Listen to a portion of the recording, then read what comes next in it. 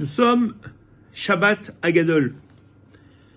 Souvent pour nous le Shabbat Hagadol c'est un grand Shabbat où on a l'impression qu'on va faire de très belles tables.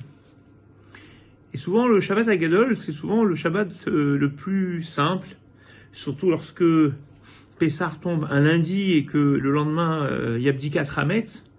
Souvent pour beaucoup on a commencé la cachérisation et on mange en faisant attention, on amène des pitotes parfois pour ne pas qu'il y ait des miettes.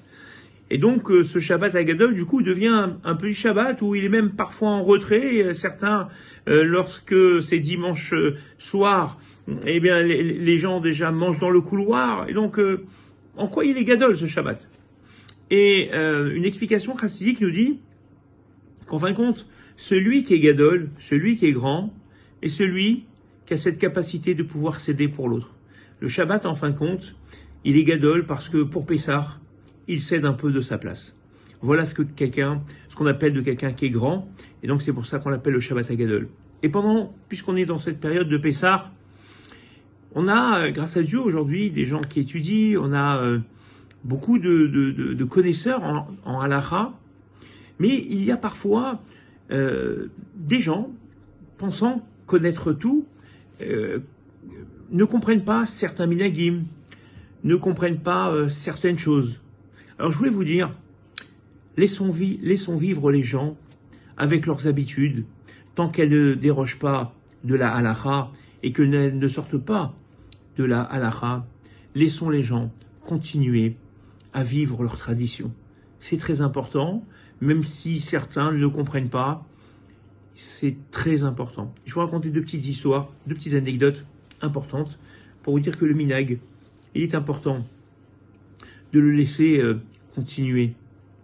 Le Rama, donc le Rav Isserlich, le Shulchan Aruch, le Rama, donc dans le Shulchan Aruch, eh bien, est arrivé à Cracow, donc il était à Cracovie, Rav de Cracovie, jeune Rav arrivé, et le matin, il arrive à la synagogue, et là, son shamash, eh bien, va dire Mazal Tov à 2-3 personnes dans la synagogue. Bon, il dit, c'est nouveau, je viens d'arriver, c'est normal qu'on m'ait pas invité, que je sois pas au courant, etc. Puis comme ça, pendant un mois, tous les jours, il souhaite Mazal Tov, 3, 4, des fois 5 personnes. À un moment, quand même, le Rama, pas forcément susceptible, et se dit, mais il y a un problème à un moment, c'est que peut-être qu'il y a quelqu'un qui fait des mariages, même si c'est une bar mitzvah, mais il faut que je fasse le dossier, c'est important quand même. Alors il se dit, bon, il faut que je perce l'abcès, je vais voir le shamash. Et donc en allant voir le shamash, il lui dit, écoute, voilà.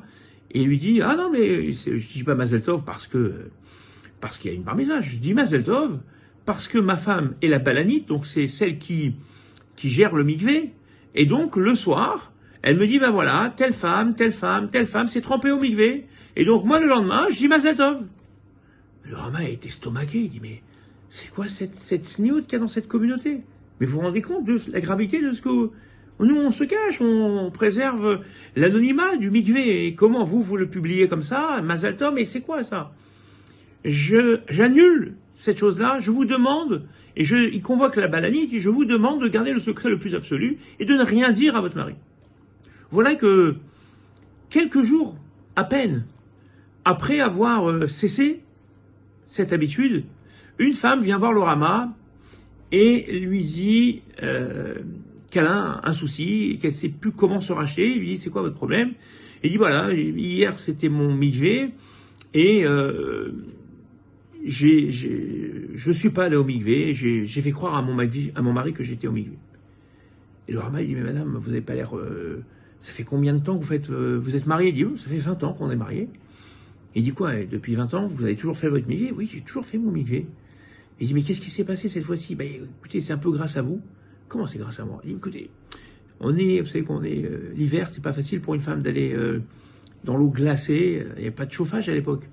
Et donc, j'étais un peu fatigué, un peu fébrile.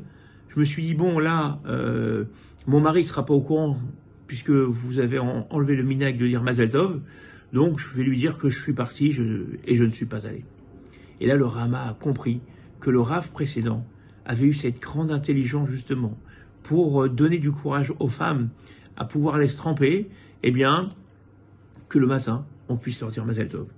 Et le Rama a dit, de cette histoire-là, je demande au rabbin de ne jamais enlever un minag s'il n'est pas contre la halakha. Voilà donc la première histoire que j'ai à vous raconter pour vous dire l'importance de garder le minag. Et le deuxième, ça paraît anodin, mais il y a des gens qui disent, il y a des gens qui prennent pas de sucre à Pessah, il y en a qui prennent pas de coca, il y en a qui prennent pas de gâteau. On dit, ouais, qu'est-ce qu'il y a, c'est pas hamel, c'est kasher, la méadrine, il y a tout. Laissons vivre les gens comme ils ont l'habitude. Et j'ai des amis qui m'ont raconté une histoire extraordinaire. Eux ne boivent pas, ce genre de Constantine, ils ne boivent pas de coca. Et voilà qu'un jour, ils étaient en vacances, et c'était Pessah, et à un moment, il dit, bon, ben, viens, on va dans un café, on va boire un café ou un peu d'eau. Ils sont un petit peu en vacances, donc malheureusement, ils sont plus dans le move de Pessah, et là, le barman leur propose un whisky. Et ils disent, oui, un whisky, ils prennent un whisky chacun, on est Pessah, la gravité de boire du whisky à Pessah. Et là, tout d'un coup, le barman leur dit, je vous le coupe avec du coca. Et là, ils se regardent, ils disent, non, Pessah, coca. Et là, tout d'un coup, ils se rendent compte que ils allaient boire du whisky, qui est Hametz, mais un Hametz Deoraita, mais qu'ils se sont rappelés de Pessah grâce au coca. Voilà la force du minag.